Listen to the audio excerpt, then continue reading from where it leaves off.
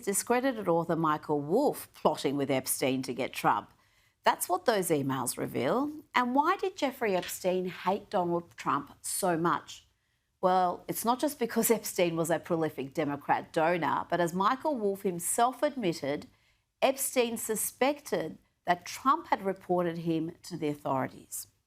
At that point, Epstein's legal problems began. The police began to investigate him over allegations that he was, that there were underage women coming to his house. Epstein believed that it was Trump who first informed the police about what was going on at Epstein's house. And from that point on, they were nothing but bitter enemies. And this is what he's telling you. This is one of the instances of what he's telling you. Yes. Joining me now is Newsweek's senior editor-at-large and Article 3 Project senior counsel Josh Hammer. Josh, this is an enormous scandal. The Democrats working with Epstein, a known sex offender, to get Donald Trump.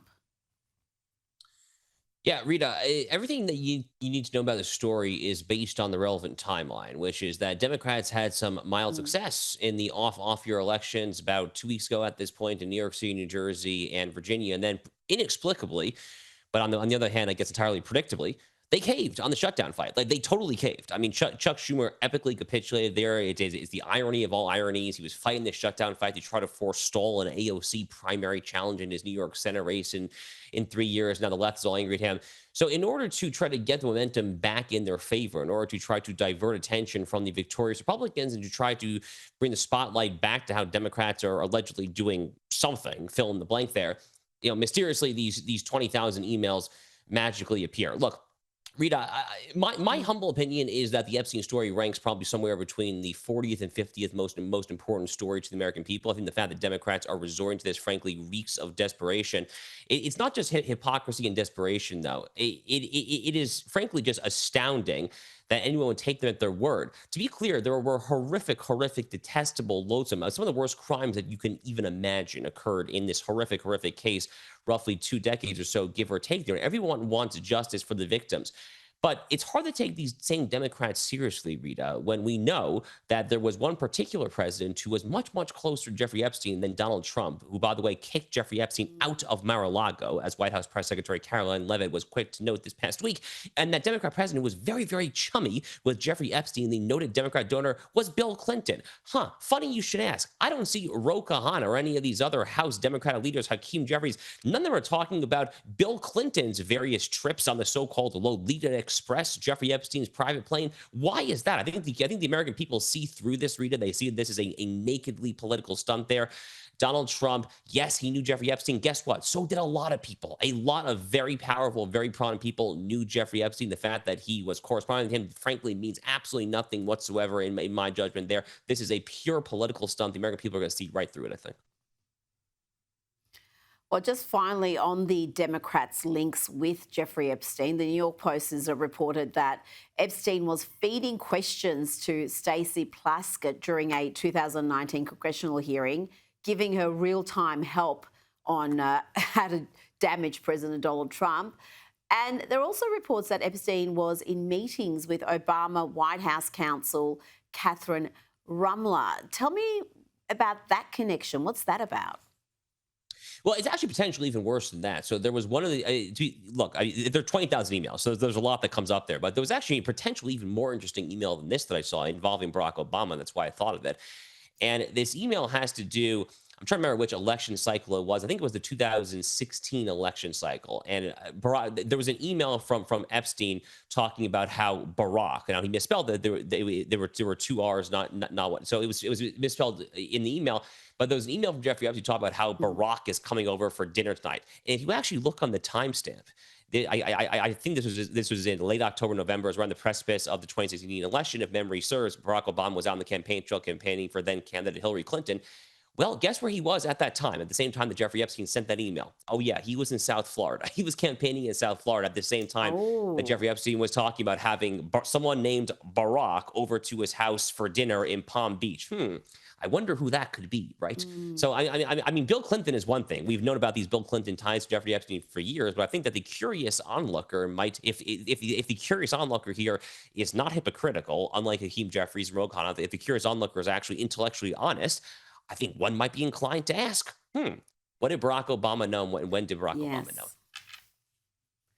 Of course, it could be an entirely different Barack with two R's. So we'll wait and see. Now, Donald Trump has said he will be pursuing legal action against the BBC after they deceptively edited his January 6th speech. Trump has already secured multiple 8-figure settlements over the past year from media outlets, from ABC, American ABC and CBS, as well as major social media platforms, Josh, X, Meta, which has Facebook and Instagram, and also YouTube.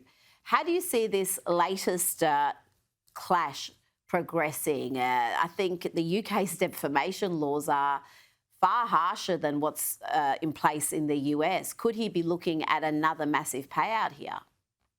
Yeah, you took the words out of my mouth. In the UK defamation law is extremely strict. Actually, Rita, I know this very much firsthand because during some of the riots in the UK just over a year ago, there was a horrific murder of young English children at a dance studio from a Rwandan, if memory serves there, and there were all these riots, then counter riots there. And I made a somewhat anodyne tweet about two-tier Keir Starmer, and a friend of mine who is a British lawyer over in London messaged me on WhatsApp, and he said, Josh, you probably should take that tweet down. And I was like, what are you talking about? I mean, like, this is America. I have free speech. And he was like, actually, under British law, that's probably defamatory. So, I didn't, for the record, I did not delete the tweet. I did not capitulate to Britain's utterly Orwellian defamation system. But to your point, yeah, defamation is a lot easier in the UK, certainly than in the United States, where we have a slightly higher threshold, especially for so-called public figures. So potentially the BBC could be in a world of hurt here. Now, having said that, there are any number of left-wing judges in the British judiciary, many of whom are probably deeply antagonistic to Donald Trump. Probably many of them, frankly, just utterly hate the guy. It's not that dissimilar, frankly, from a lot of our own American judges who invariably suffer in these lower court random judgeships in Hawaii and New Hampshire and whatnot there. They oftentimes suffer from Trump derangement syndrome. I presume it's probably the same across the pond over in the UK as well. So I would caution against necessarily saying that this is a slam dunk case, but given Donald Trump's track record in successfully suing for defamation and various other media outlets, as you correctly note, and given the fact that defamation law is such a lower bar when it comes to being the plaintiff in British law, I don't know, Rita. I happen to like his chances. I definitely would not want to be in the BBC's legal position right now. That's for sure.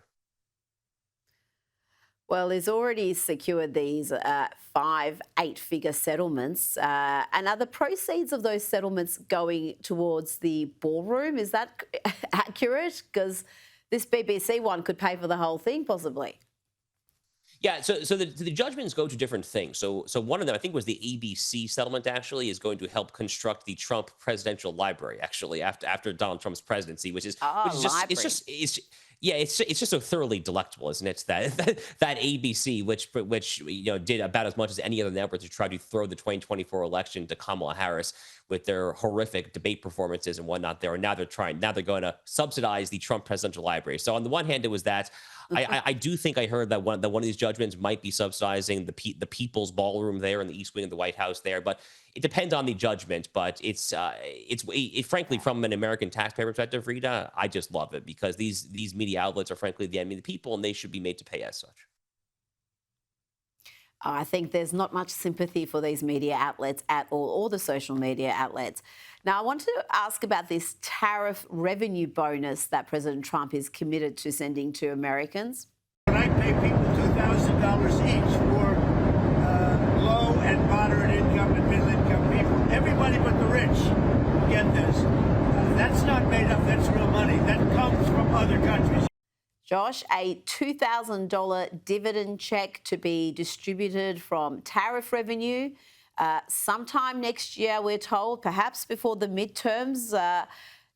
Do you see this happening? Because there's a lot of doubts about whether these $2,000 checks can be sent.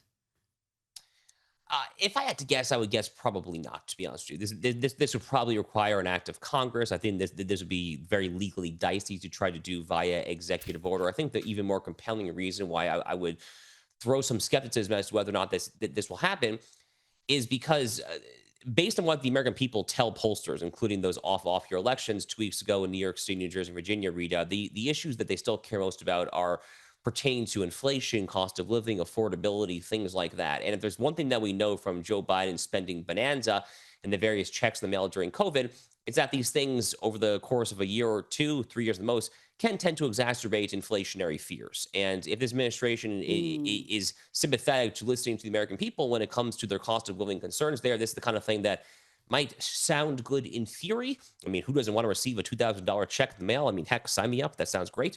But unfortunately, there is a downside to that when you look at it from a more macro extrapolated perspective there, and that is potentially exacerbating inflation. So for all these reasons, I am skeptical. But this is Donald Trump's populist mentality, right? I mean, he sees revenue coming in for the tariffs. He wants to share the wealth with the people.